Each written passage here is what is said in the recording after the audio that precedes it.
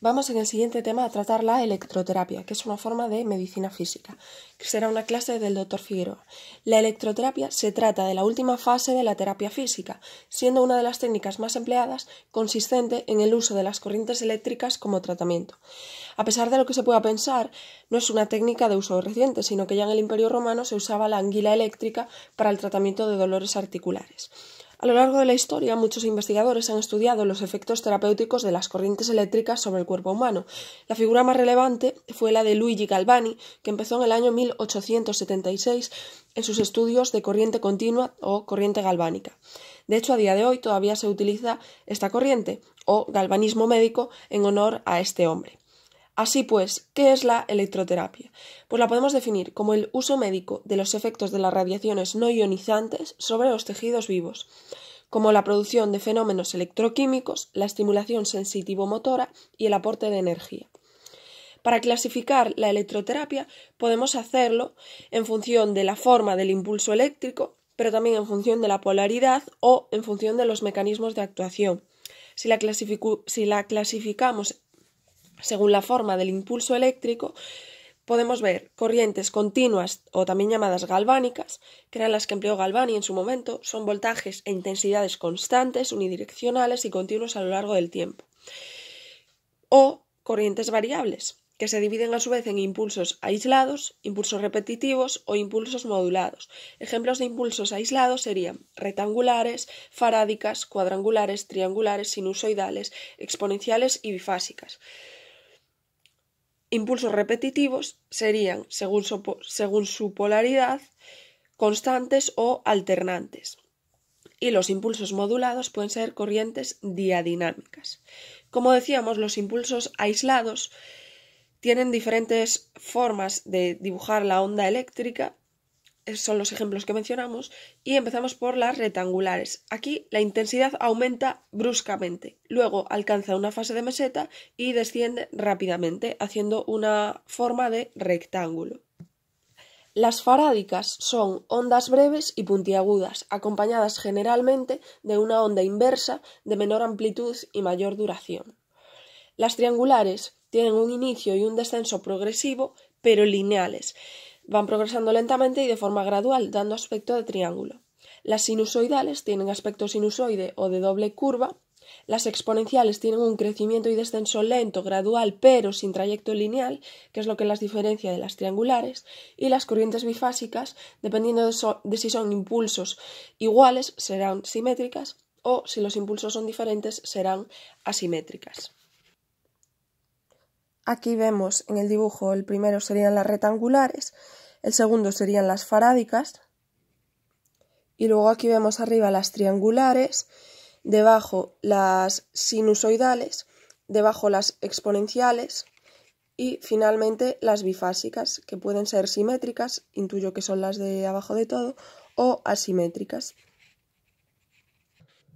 Entonces, resumiendo, cuando clasificamos la electroterapia según la forma del impulso, tenemos corrientes continuas, también llamadas galvánicas, y corrientes variables, las cuales pueden tener impulsos aislados, que se dividen en estas formas que acabamos de ver, rectangulares, farádicas, cuadrangulares, triangulares, etc., impulsos repetitivos, que según su polaridad pueden ser constantes o alternantes, e impulsos modulados, que son corrientes diadinámicas.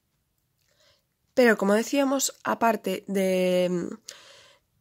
de la forma del impulso, podemos clasificar la electroterapia según la polaridad, y aquí vemos que pueden ser onda de polaridad continua o constante o una onda de polaridad alternante.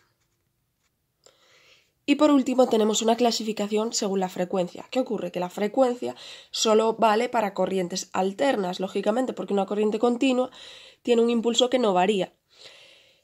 De hecho, esta clasificación según la frecuencia va a ser la clasificación más utilizada para electroterapia y se habla de diferentes grados: baja frecuencia, frecuencia media o alta frecuencia. Y la frecuencia se mide en hercios, por tanto, la baja frecuencia va a ser de 0 a 1000 hercios, la media de 1000 a 50.000 hercios y la alta por encima de 50.000 hercios hasta las radiaciones ultravioleta tipo B. Importante, ¿Cuáles se utilizan en electroterapia? Pues las bajas y las medias frecuencias, es decir, entre 0 y 50.000 hercios. Pasamos al apartado fundamental de este tema, que es la aplicación de la corriente eléctrica, y empezamos por electroterapia analgésica. La aplicación más importante e interesante de las corrientes eléctricas sobre el cuerpo humano es la inhibición de la transmisión del dolor a centros superiores del sistema nervioso central. Y esto es lo que conocemos como electroterapia analgésica. Sus dos indicaciones fundamentales son, las dos indicaciones fundamentales de la electroterapia son el tratamiento del dolor y la electroestimulación. En este apartado vemos el tratamiento del dolor. Aquí en este apartado va a ser muy importante la teoría que explica la analgesia y el dolor. Es la teoría de la compuerta del dolor o teoría de gate control. Va a ser pregunta de examen. Esta teoría es del año 65 y sigue vigente hoy en día y la diseñaron Melzack y Wall.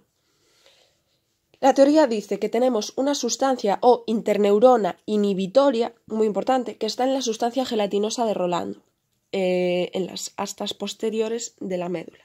Esta interneurona inhibitoria lo que hace es inhibir de forma permanente la neurona de proyección que dispara los estímulos nociceptivos. Por tanto, inhibe a la neurona para que no se descargue o no deje pasar estímulos dolorosos. Esto es lo que funciona en situaciones de equilibrio, es decir, de forma constante.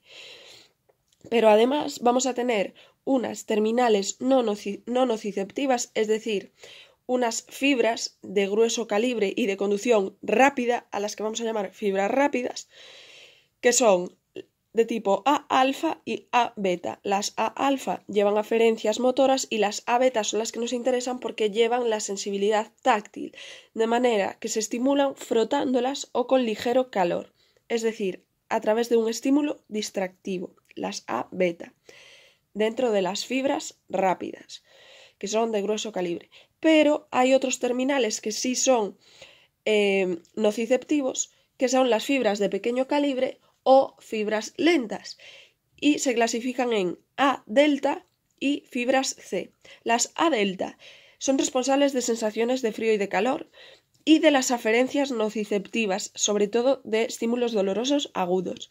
Sin embargo, las fibras C, que son las amielínicas, son responsables del tacto grueso y de las aferencias simpáticas, así como de estímulos nociceptivos, pero sobre todo de dolor crónico. Por tanto, las fibras de conducción lenta, las fibras lentas, estas de las que hemos hablado ahora, van a inhibir la interneurona inhibitoria, que estaba en la sustancia gelatinosa de Rolando hasta posterior de la médula, liberando así a la neurona de proyección. Claro, las fibras lentas inhiben a la interneurona inhibitoria y por tanto las neuronas de proyección hacen que pasen los estímulos nociceptivos al sistema nervioso central. En resumen, las fibras lentas o fibras de pequeño calibre abren la compuerta del dolor. Por otro lado, las fibras rápidas lo que van a hacer es activar a la interneurona inhibitoria, evitando así la activación de neuronas de proyección y, en resumen, cierran la puerta del dolor. Por tanto, fibras rápidas activan la célula inhibidora, aumentan la inhibición del dolor, y fibras lentas inhiben la célula inhibidora y por tanto estimulan el dolor. De este modo, en una situación de equilibrio tenemos fibras gruesas, que eran las rápidas, que van a estar estimulando a esa interneurona, y fibras de bajo calibre, que eran las lentas, que van a estar inhibiendo. Pues bien, en electroterapia lo que se va a hacer para evitar que se conduzca el dolor es estimular a las fibras gruesas, es decir, estimular a las fibras rápidas. Esto lo podemos entender con un ejemplo. Si me doy un martillazo en el dedo, lo primero que hago es apretar el dedo. Hago eso porque estoy estimulando las fibras gruesas que me disminuyen la percepción del dolor. Entonces, a modo de resumen, electroterapia, principal indicación, tratamiento del dolor, es lo que llamamos electroterapia analgésica. Principal mecanismo, inhibimos la transmisión a estructuras nerviosas centrales. ¿Cómo? Pues favoreciendo la despolarización, es decir, la activación de las fibras de grueso calibre o fibras rápidas, donde las que más nos interesan son las A beta, porque son las sensitivas, y así interrumpimos la transmisión del dolor. Y además se hace un bloqueo antidrómico, es decir, retrógrado, de las fibras A delta y C, antes de alcanzar el asta dorsal de la médula. Para conseguir esto, es necesario que la frecuencia, la intensidad y la duración de los impulsos sean suficientemente elevados como para que se produzca este bloqueo. Por tanto, vamos a ver las corrientes analgésicas más empleadas en rehabilitación y en unidades del dolor, que son corrientes continuas o galvánicas, y dentro de las corrientes alternas usaremos las de baja frecuencia y las de media frecuencia. Las de baja frecuencia son corrientes ultraexcitantes o de Travert, sería un tipo, otras son las corrientes diadinámicas o de Bernard y otra es la TENS o estimulación eléctrica neuromuscular transcutánea. Esas serían las de baja frecuencia. Y las de mediana frecuencia vamos a ver las corrientes interferenciales. Bueno, pasamos ya a ver los distintos tipos de corrientes y empezamos por la corriente galvánica. La corriente galvánica es una corriente continua, unidireccional, constante y de bajo voltaje. Importante saber que tiene efectos polares y efectos interpolares. Se han utilizado ambos efectos, pero hoy en día los únicos que se utilizan son los efectos polares, porque los interpolares han producido complicaciones. Los efectos polares quiere decir que son los efectos que se producen solo bajo los electrodos que le ponemos, es decir, un efecto local bajo el electrodo. Son los que más interesan actualmente en rehabilitación. Se definen como el aprovechamiento de la capacidad electroforética de las corrientes galvánicas en la que cada polo rechaza los iones de su misma carga. Lo que más empleamos en este sentido es la iontoforesis, que es la introducción de distintas sustancias o fármacos en el organismo a través de la piel, gracias al paso de una corriente eléctrica. Es, digamos, como una vía de administración. Mediante corriente eléctrica es una vía de administración local de fármacos o sustancias. No hay que confundir con la sonoforesis, donde se utilizan los ultrasonidos y un gel medicamentoso. ¿Y qué fármacos se pueden emplear mediante iontoforesis? Pues no cualquier fármaco, sino solamente fármacos que se puedan aplicar mediante iontoforesis. Y estos van a ser AINES, como la indometacina. Desconozco si se pueden todos, pero me parece que solamente es indometacina.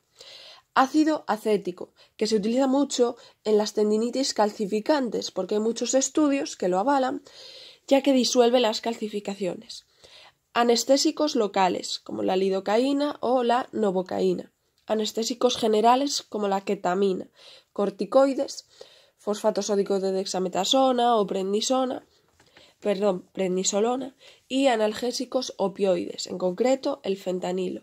Por tanto, resumimos: indometacina, que es un AINE, ácido acético para las tendinitis calcificantes, lidocaína o novocaína como anestésicos locales, ketamina como anestésico general, fosfato sódico de dexametasona o prednisolona como corticoides y el fentanilo como analgésico opioide. Bien, ¿qué ventajas tiene los efectos polares de la corriente galvánica, es decir, la iontoforesis? Bueno, pues como decíamos, que simplemente es un efecto local, por tanto hay un riesgo mínimo de diseminación sistémica. Otra cosa es que luego los fármacos que introducimos pasen a la circulación, pero realmente es un tratamiento tópico, transdérmico. Son tratamientos de larga duración, la sustancia va a penetrar en pequeñas cantidades y se reducen los efectos secundarios. Y además tiene mayor capacidad de penetración en comparación con otras vías transdérmicas pasivas, como la tópica, cremas, masaje. El efecto es más rápido y permite la introducción de sustancias de alto peso molecular que no son capaces de absorberse de forma pasiva. Como inconvenientes, desconocemos la cantidad exacta de la sustancia que estamos administrando, o sea, sabemos lo que administramos, pero no conocemos qué es lo que va a penetrar dentro de la piel. La absorción es un poco errática, influye en la capacidad de penetración, la intensidad de la corriente, el tiempo de aplicación y la concentración de fármaco, obviamente. También influyen las características de la piel. Luego, lo que decíamos, que no todos los medicamentos se pueden usar. Van a ser preparados especiales con un grado de disolución específico y con capacidad de ionización bajo corrientes galvánicas. Y luego, ¿qué efectos secundarios tiene esto? Pues los efectos secundarios dependen de la aplicación correcta de la técnica y de la susceptibilidad personal y fundamentalmente pueden ser quemaduras o irritaciones cutáneas. ¿Qué ocurría con los efectos interpolares, que se han retirado ya del uso? Los efectos interpolares son esos que se dan entre los dos polos. Es lo que llamamos galvanismo médico o baño galvánico. Se introducía un brazo o el cuerpo entero en una bañera y se hace galvanismo médico, produciéndose así vasodilatación, mejorando el trofismo y el aporte calórico. ¿Qué ocurre? Que se han producido muchos accidentes del tipo quemaduras y electrocuciones, por tanto, ya no se usan.